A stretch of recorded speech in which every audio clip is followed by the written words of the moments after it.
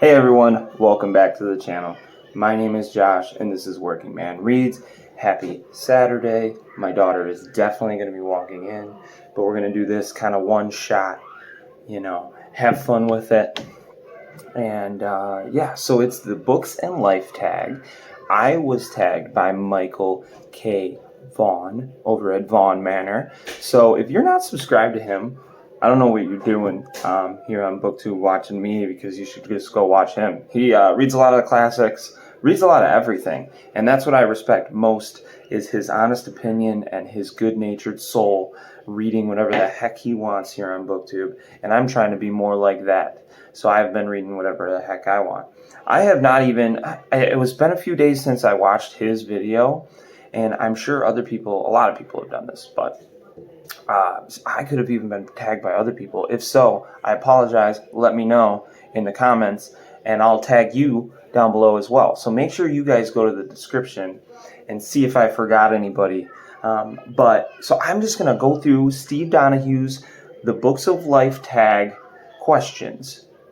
I haven't even read them, so we're just going to winging it like Josh likes to do. So hope everybody is having a great weekend. Tomorrow I'm going to the baseball game. The Blue Jays have been playing in Buffalo, and because they can't play in Canada because of the virus. So they go back, though, in September, and I got some last-second tickets for $40 a piece. So I'm taking the girls, and I got them little outfits and stuff. We're going to have fun. I've never been to a Major League game, but we're here to do a tag, so what the hell am I talking about? Number 1, on a scale of 1 to 10, 1 being a normal person, and 10 being the late Harold Bloom, how much are books and reading a part of your life? I have books everywhere throughout the house. I bring one with me everywhere I go. I read at work when I can. I listen to audiobooks all day. I unfortunately do have an extremely busy life, like most people, and unfortunately I don't get to read as much as I would like, but I do read every day, so that's important. I try to make the time to read every day. These are my favorite types of tags because it's more person. You learn more about the person. So yeah, that's why I like these types of tags, and Steve is great at creating the tags where you learn a lot about other booktubers, so I love that. So I'd say if I had to give it a number, I'm probably a 6, but I wish to be an 8. I would do what Steve does if I was good enough, and just review books and read and just be a part of the community more. Unfortunately, though, at this point in my life with the kids and everything, I don't think that's feasible. But number 2, where does your personal library stand right now in relation to the rest of your life? Do you have more books now than you ever have? Fewer? How has your library changed? I have probably too many books. I gotta probably do an unhaul and get rid of some that I'm never gonna read. I have a bunch of, not hating on Tom Clancy, but when I was younger, I read a lot of the spy novels, like Tom Clancy's and John Sanford's, and just the stuff you see everywhere. I read a lot of those growing up, which I loved. I mean, The Hunt for Red October is a great book, and I enjoy those spy novels and the mysteries and the thrillers like that. But I don't really read that anymore. So I need to try to get rid of them. I actually have some first edition hardcovers and stuff, and I would assume somebody out there would want it. But all right, so yeah. I have far too many books. I have books everywhere, and my wife is starting to get driven nuts with the fact that they are everywhere. So, but yeah, what are you gonna do? Welcome to the life of being married to a book lover. Number 3, take a mental step back and ask yourself, what is the most likely first bookish impression a newcomer would have in your home? Well, that's funny that I didn't read that question before I just answered what I did. I have books everywhere. I'm using 2 books right now to prop my phone up to take this video. I have books in the living room. I have books next to my bed. I have books. I have a whole library downstairs that scared people. The one time I had a person they were like, "Where's your office? I want to see where you make the videos and stuff, like where the magic happens." And I was like, "Okay." And I took them down. They're like, "Holy crap, that's a lot. That's a lot of books." Because you guys don't even see. I have boxes. I have like these nice plastic bins that I put all the old books in. I have hundreds of books. So some people are kind of like, "Whoa, you're a hoarder of books," and then some people are like, "Don't even notice it." I've heard that, you know. Yeah, most people are like, whatever. I think people think it's cool because they're like, wow, I don't read any books and I'm way less busy than Josh. So what does that mean about me? And then I think they reflect on it. And I think I've gotten some of my friends and family into reading because of my obsession with it, which is a very interesting and cool thing about what we do here. So how often, if ever, do you clean or reorganize your books? I need to organize again. I need to do a book organizational video and go through my bookcase and probably get rid of some. I don't clean them as much as I should. When I do buy new ones, I use Lysol wipes on them, especially since the virus and everything that was going on. I do clean every used book I get because although I am vaccinated, I have a 2-month-old and a 2-year-old, and they're not. So I don't want to like bring in crap into the house, So I do wash everything before. So I do clean them, but I don't, probably not as often as I would. I need to watch Steve's video and see if he goes through each book and like dusts or cleans them, because I'm interested to see his answer on that, because he's got a shit ton of books. On average, how many books do you acquire in a given week? Okay, wife, if you're watching this, thank you and leave now. I probably buy 2 to 3 a week, and I'm not supposed to be. And then ebooks even more. I probably do ebooks and audiobooks, because if I've noticed now, if I buy a Kindle book and there's an audiobook for it, it gives me a discounted price. So sometimes I'll do like, boom, ebook, and then I'll go, oh, $1.99 for the audiobook? Sure, why not? So I buy a lot of books. I have 250 on my Kindle, and then I have like a lot downstairs. So I a lot. All right. What song is your current earworm? So what song is popping right now in my head? I would say, which I liked Michael K. Vaughan's answer to this. He said my theme song for the intro that you guys heard in the beginning of here. I've heard it's pretty catchy. Sorry guys, it's early. It's early, and the baby was with me. I had the girls last night because my wife went on a girls' night and a spa day today. So, yeah. Dad didn't sleep a lot, but what are you going to do? That's life, right? So what is my current earworm? I've been listening to, Daniel J. Volby and I had a conversation about 36 Crazy Fists, which is my favorite band. So I've been pretty much listening to their music the whole week. And then also Atreyu, their early stuff. I was listening to R6 Love Story Thus Far. If you haven't heard R6 Love Story Thus Far and you're a metal fan, I adore that song. I love it. 7. I definitely would like to know what song Steve said. I don't know what kind of music he listens to. And I gotta go back. Oh no, Michael K. Vaughan said my song. What percentage of your self-control do you retain in a well-stocked bookstore? 0. Although it's almost like a powerful moment when you go into a bookstore and you actually just look and then you don't leave with something, you're like, you know what, I didn't spend money today. Wow, I'm proud of myself. But then you sit back and you're like, but I could have gotten that copy for $2. And no, I mean, this is my addiction. I don't do drugs. I don't gamble.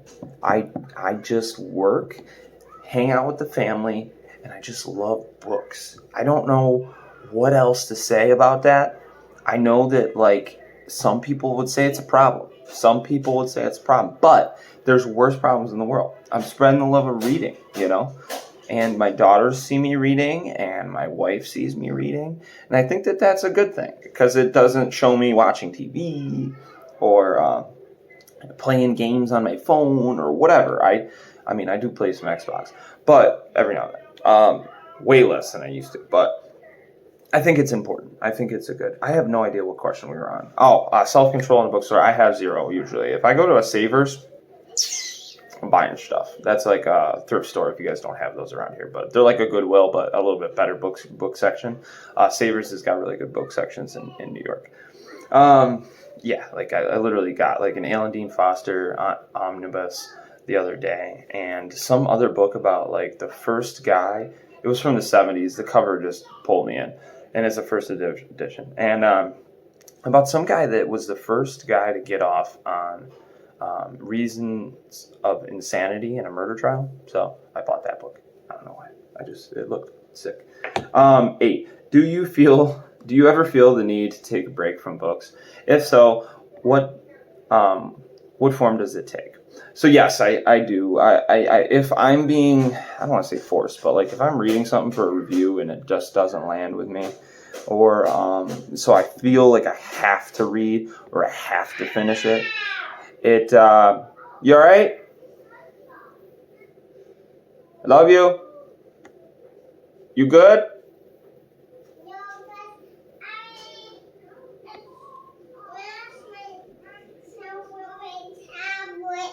You smashed yourself with your tablet? Okay. Let me pause the video and then I'll help you. Okay. She's okay. She clamped her toy on her leg.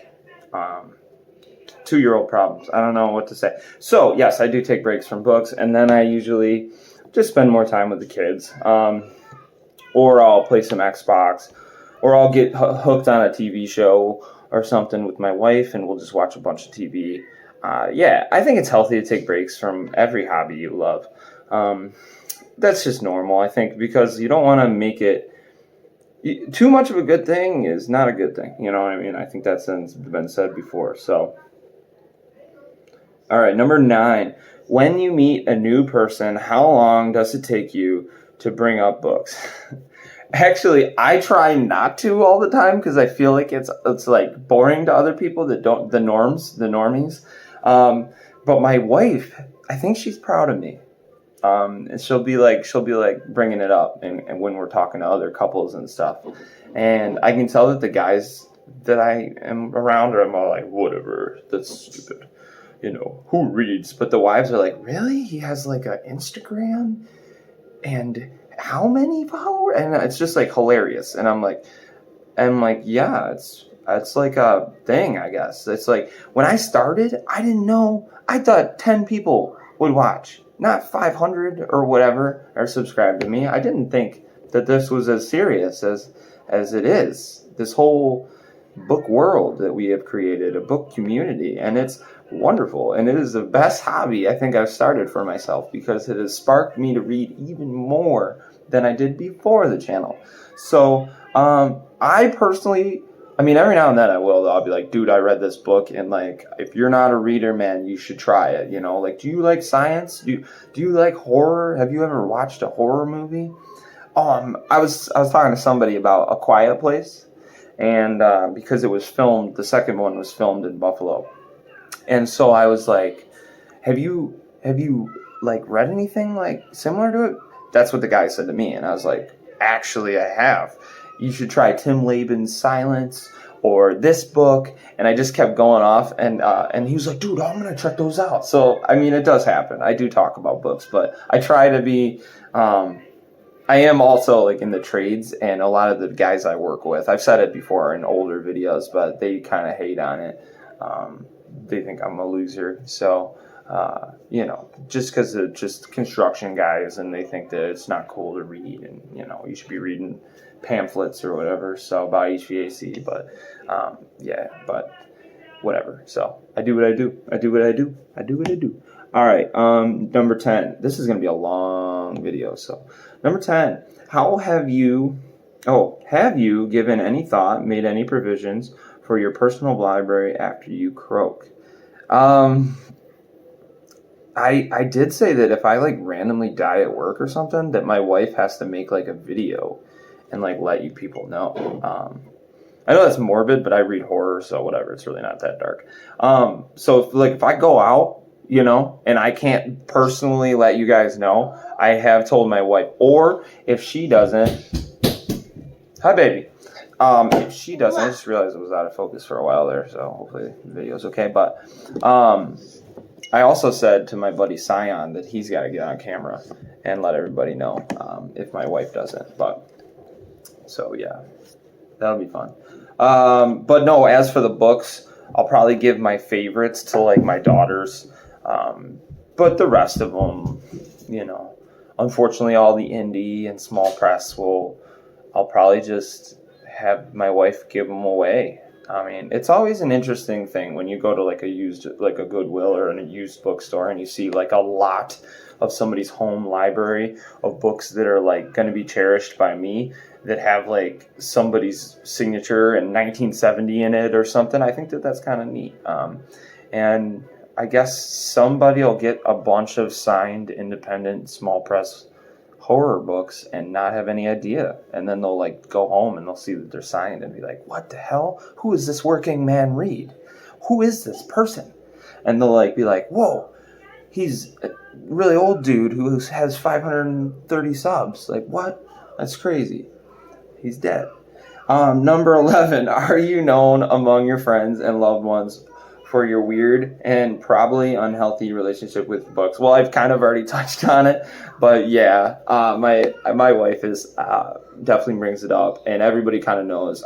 My wife's aunt came from out west, and she came here, and she was like, "How are you doing on your reading challenges and all that?" So yeah, they know, and I think inside they think it's cool because there's a lot of husbands out there that probably are doing all the best stuff or whatever, I'm probably golfing every day, which is cool. I actually want to start golfing, but I spend a lot of time reading, and I spend a lot of time with my family at home, and I think that that's better than working too goddamn much. So that's a good place to stop. I think I've already touched on number 11 a lot throughout this. So it's an 18-minute video, and I filmed it frontwards where I can see my face, and that was extremely distracting. And I don't think I will do that again. Usually I do it reversed on the back side of the phone because the camera's better. But today, the way I had to prop it up, I did it where the selfie face is near me. So I had to stare at this one lens the entire time, and I'm not sure if it's the right lens until I go review the footage, but I'm not going to refilm it. So this is going to be very awkward at the end here. I'm going to leave it. But I hope you guys have a wonderful rest of your weekend. Party it up. Drink a cold one. I've been drinking non-alcoholic, but still doing that. So whatever. It's cool, man. Peace. Deuces. Whatever we want to say today. Nobody's still watching at 18 minutes, but appreciate you guys.